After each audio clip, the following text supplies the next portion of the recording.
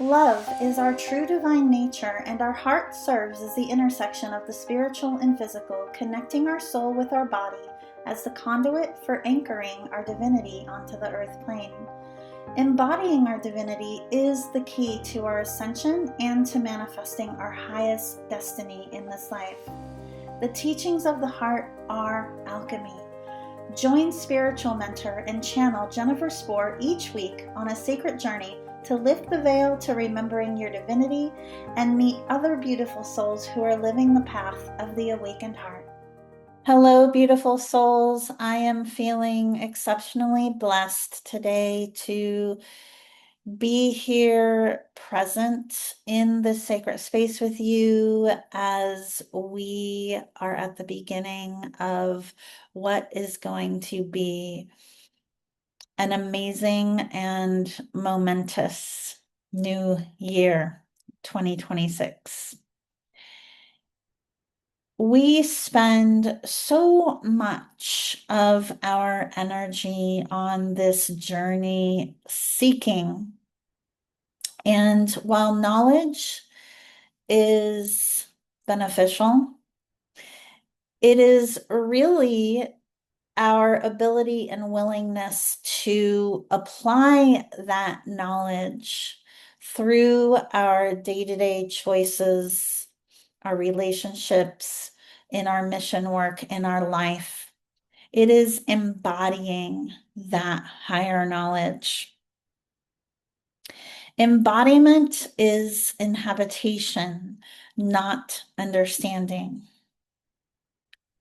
What embodiment actually is, it is when consciousness stops moving and starts functioning.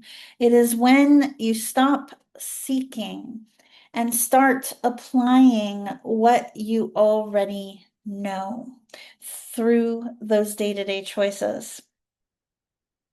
Embodiment is awareness that is inhabited, not access. We so easily we can confuse information or concept as embodiment. And it is, again, an application of those awarenesses and those concepts through our body and through our choices. That is where you unlock sustainable shifts, transformation, and manifestation. The body becomes the organizing authority. And what I mean by this is that it isn't in how you feel emotionally that is the North Star on your journey. It is in the sensations that you feel in your body that are the North Star, that serve as the true GPS for your path, which I will get into in a moment, some lived markers of embodiment that you can follow to get a better idea of where you're at in terms of your depth of embodiment in your day-to-day life. And something else important to understand about what embodiment actually is that creation and reception are one continuous motion. So especially as a healer, as someone who is mission-led, it is very easy to get stuck in that old paradigm of overgiving and lack of receiving, right? Because you're here to serve. And you are here to serve, but you are here to receive in equal measure. And so understanding that is is a significant piece of your ability to really translate your desire to serve, your mission, your awareness into lived experience. It's also important to touch on what embodiment is not.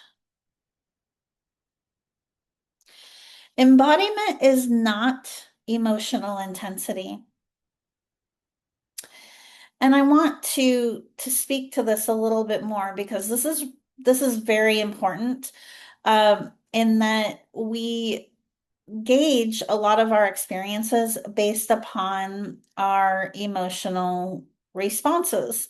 And while that can serve as guidance to a certain extent, emotional intensity does not equate to embodiment.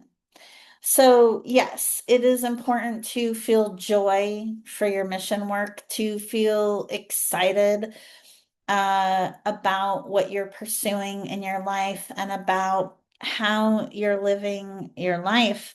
But the greatest sign that you are grounded in your body and grounded in your sense of truth of who you are, it isn't in emotional intensity, it's actually in grounded neutrality. So feeling clarity in your body, feeling grounded, feeling present.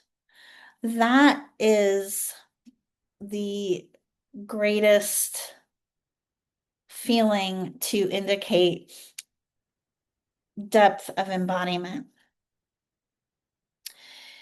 And on that note, similarly, it's important to note that embodiment, that bliss does not equate to embodiment either. Now, bliss is an indicator of life force vitality, which is something that is also significant on your journey, but it is not embodiment. It isn't a constant presence. And it's also important to mention that embodiment is not practices, steps, or levels, okay?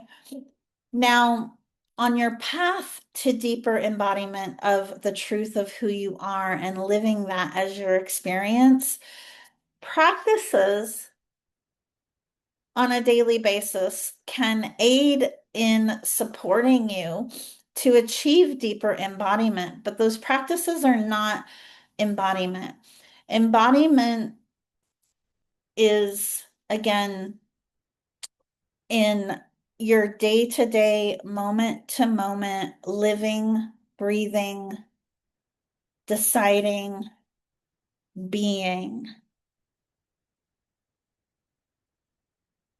So I want to get to what I mentioned I would share about some signs or some lived markers, right, that you can look for in terms of gaining a greater awareness of the depth of your embodiment, right? So not just feeling clear in a sense of self and your truth of who you are, but also feeling grounded in how you're living that. So some signs of embodiment. One is that nothing feels urgent anymore. We are very deeply programmed as a society, as a collective, to believe that, and this kind of goes back to emotional intensity, right? Is feeling that everything has to be urgent, right? Everything has to be done right away or happen right away. And that's not true. Actually, when we put a sense of urgency on everything, it actually creates a sense of increased pressure and more resistance, which has the opposite effect of what is off of what is often your true intention, right? So when you are truly embodied, that sense of urgency, it goes away, and it doesn't mean that anything you're feeling called to pursue is any less important, or that your relationships or whatever's happening in your life is any less important. Um, it just means that you're more grounded and more clearly focused.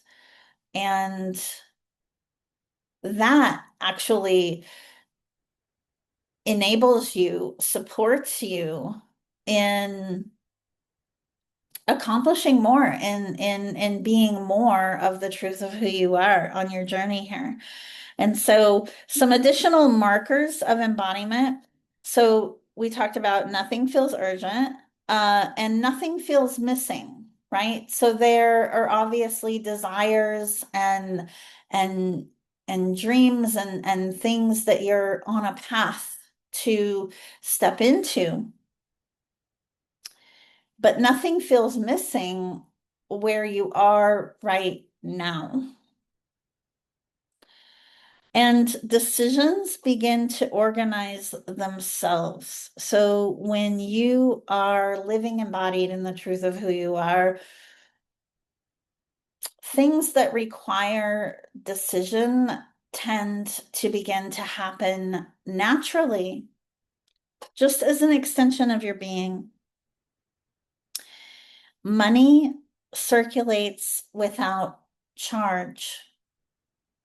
So money in particular is something that is, it's a topic. It's something that we all create our own stories around, and it's a relevant topic for everyone.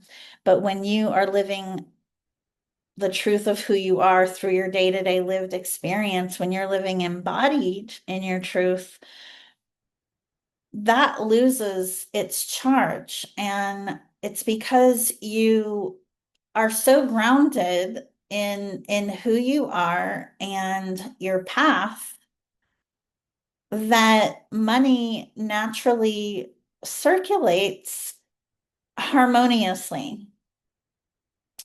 That kind of feast or famine or up and down roller coaster goes away. And simplify. Relationships simplify because, again, you're living as who you are in your day-to-day experiences. And what felt complicated in a relationship before naturally dissolves.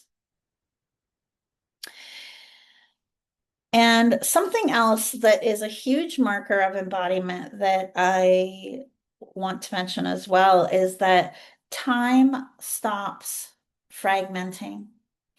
So because you are so much more present in your body and in the sense of who you are as a lived experience, the concept of past, present, future, it all begins to dissolve because you are truly becoming anchored in the now moment. And this also amplifies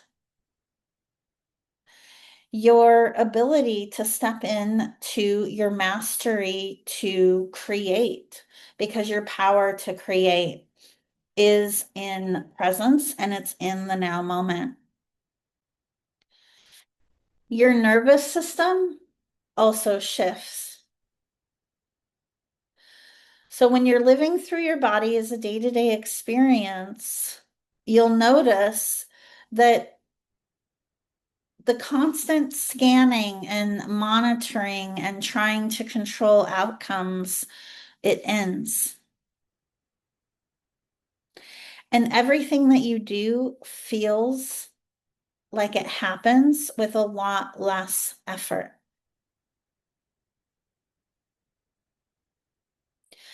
And silence becomes something that's comfortable.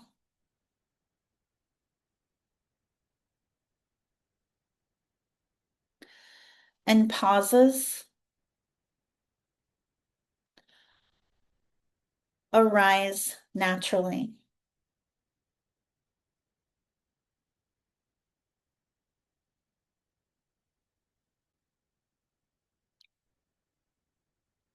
I want to also mention why dimensional language fails embodiment. So, dimensions, there's a lot of talk about 3D, 5D, 6D, 9D, and dimensions describe access, which promotes a seeking mentality. And dimensions are not locations. Dimensions are an essence of being. And you are actually a multi-dimensional being, right? You're not just living in one place or the other. You're a multi-dimensional being that transcends dimension and destination.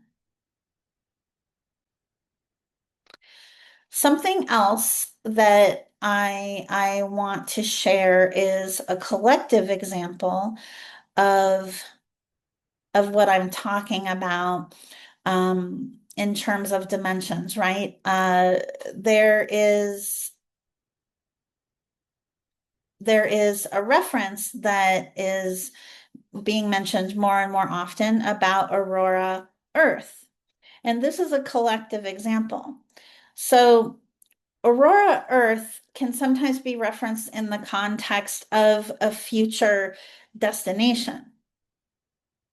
But Aurora Earth is experienced through inhabited coherence. Okay.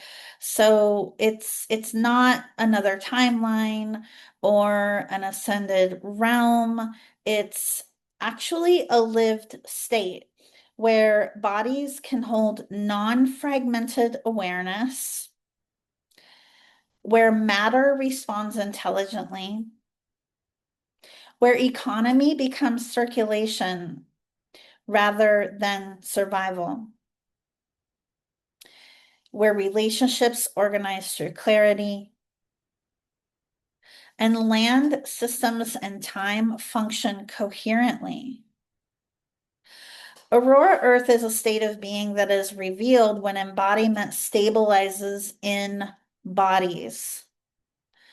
It is embodiment expressed at a collective scale.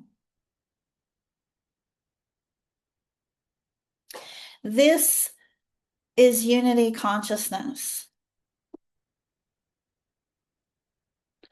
So embodiment completes when life stops asking questions of you. When confirmation is no longer sought.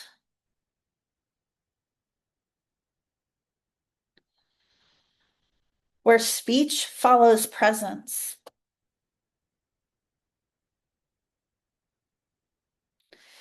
And where action arises free of pressure because your action becomes an extension of your lived truth. Embodiment is recognized. It's not achieved. Relief is a signal of readiness. And disorientation is also correct. Sometimes we experience or we define disorientation or even pain within our body as something that is wrong. And it is not wrong. Disorientation, pain, or signals that we're experiencing are indicators, right? And are part of the natural progression of our evolution. And nothing needs to be done with what I have brought forward in this space today, only felt. Thank you for listening to Path of the Awakened Heart. Be sure to subscribe to the podcast on Apple Podcasts or pathoftheawakenedheart.com so you never miss an episode. To learn more about living with an awakened heart and navigating your ascension journey, visit me at jenniferspor.com.